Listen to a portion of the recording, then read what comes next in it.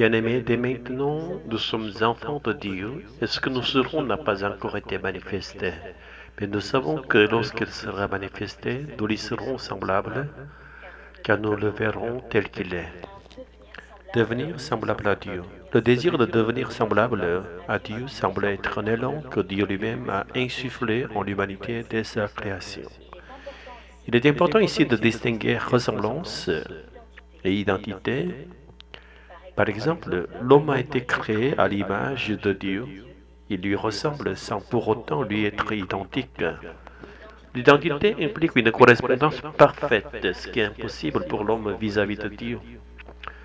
Le philosophe grec Platon considérait aussi le but suprême de l'homme était de devenir semblable à Dieu. Selon lui, l'homme ne peut jamais devenir Dieu, mais il peut aspirer à lui ressembler sur le plan moral et spirituel. Le christianisme partage cette aspiration, mais va plus loin. Il ne s'agit pas seulement d'être d'une ressemblance morale ou spirituelle, mais d'une union réelle et existentielle avec Dieu en Christ. Cette ressemblance et résistance implique une cohabitation mystérieuse de la nature humaine et de la nature divine. Elles ne se confondent pas, mais ne sont non plus séparées. Nous restons pleinement humains, mais inséparables de la divinité. Tel est le mystère de la vie éternelle. Dans la Genèse, l'ancien serpent tente Ève en lui promettant qu'elle deviendrait comme Dieu. Le serpent, connaissant ce désir profond de l'homme, s'en est servi pour le tromper. Le désir d'être semblable à Dieu n'est pas en soi un péché. Dieu a créé l'homme à son image précisément parce qu'il voulait qu'il lui ressemble. Le péché d'Adam et Ève n'était pas de vouloir ressembler à Dieu, mais de vouloir devenir des dieux eux-mêmes, en jugeant du bien et du mal par eux-mêmes, indépendamment de Dieu. Dieu sait que le jour où vous en mangerez, vos yeux s'ouvriront et vous serez comme Dieu, connaissant le bien et le mal. Le problème n'est pas le discernement du bien et du mal en soi, mais l'illusion que, en tant qu'être imparfait, nous pourrions déterminer nous-mêmes ce qui est bien ou mal, imposant nos principes personnels aux autres. Ce n'est pas ce que Dieu désire. L'histoire des religions montre combien souvent ceux qui prétendent aimer Dieu ont agi à l'encontre de sa volonté en opprimant au lieu d'aimer. De la ressemblance filiale à l'amour parental. Dans 1 Jean 3, Jean nous enseigne que nous sommes dès maintenant enfants de Dieu. Croire en Dieu signifie ici croire en l'amour, en la miséricorde et en le pardon révélé en Jésus-Christ. Ces qualités sont les plus visibles sur cette terre dans l'amour d'un parent pour son enfant. C'est pourquoi l'Écriture emploie la métaphore des enfants.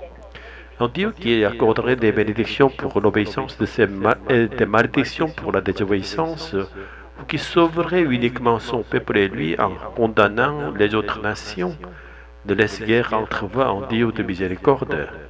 Penser que Dieu est seulement le Père de certains et non de tous est une conception humaine, non divine.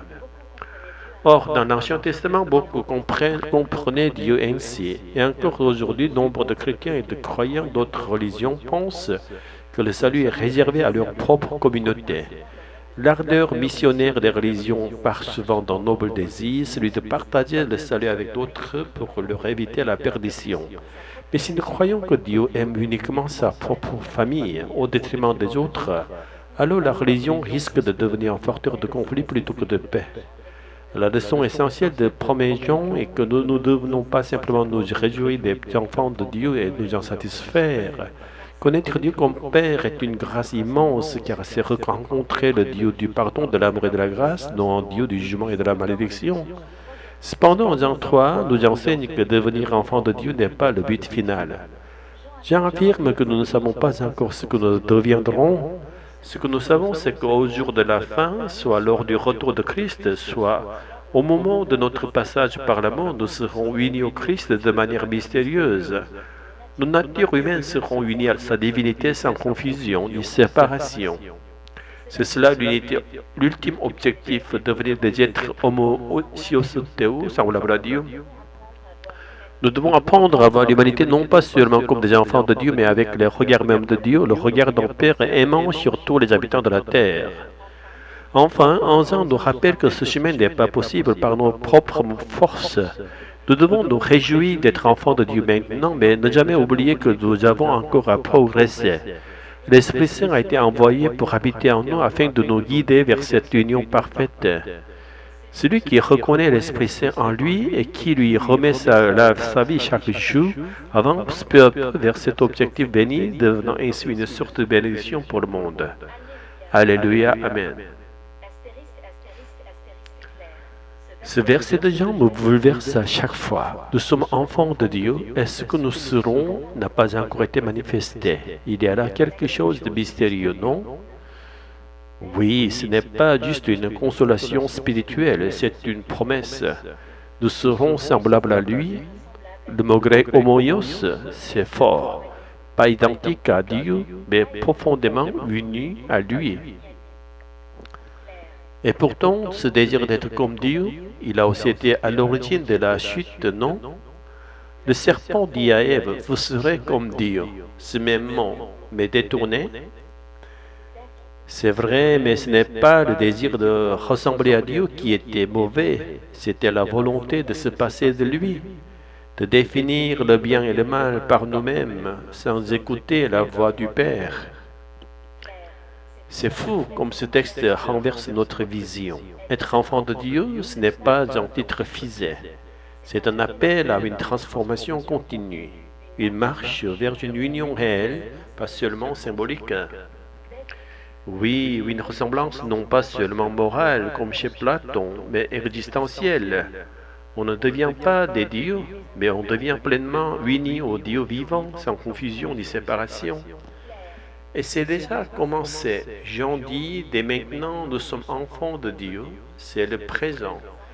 Nun en grec, pas une espérance lointaine, mais une réalité actuelle. Et pourtant, ce n'est pas encore pleinement visible. Ce que nous serons n'a pas encore été manifesté. Il y a ce déjà et ce pas encore. Une tension que seule la foi peut éviter.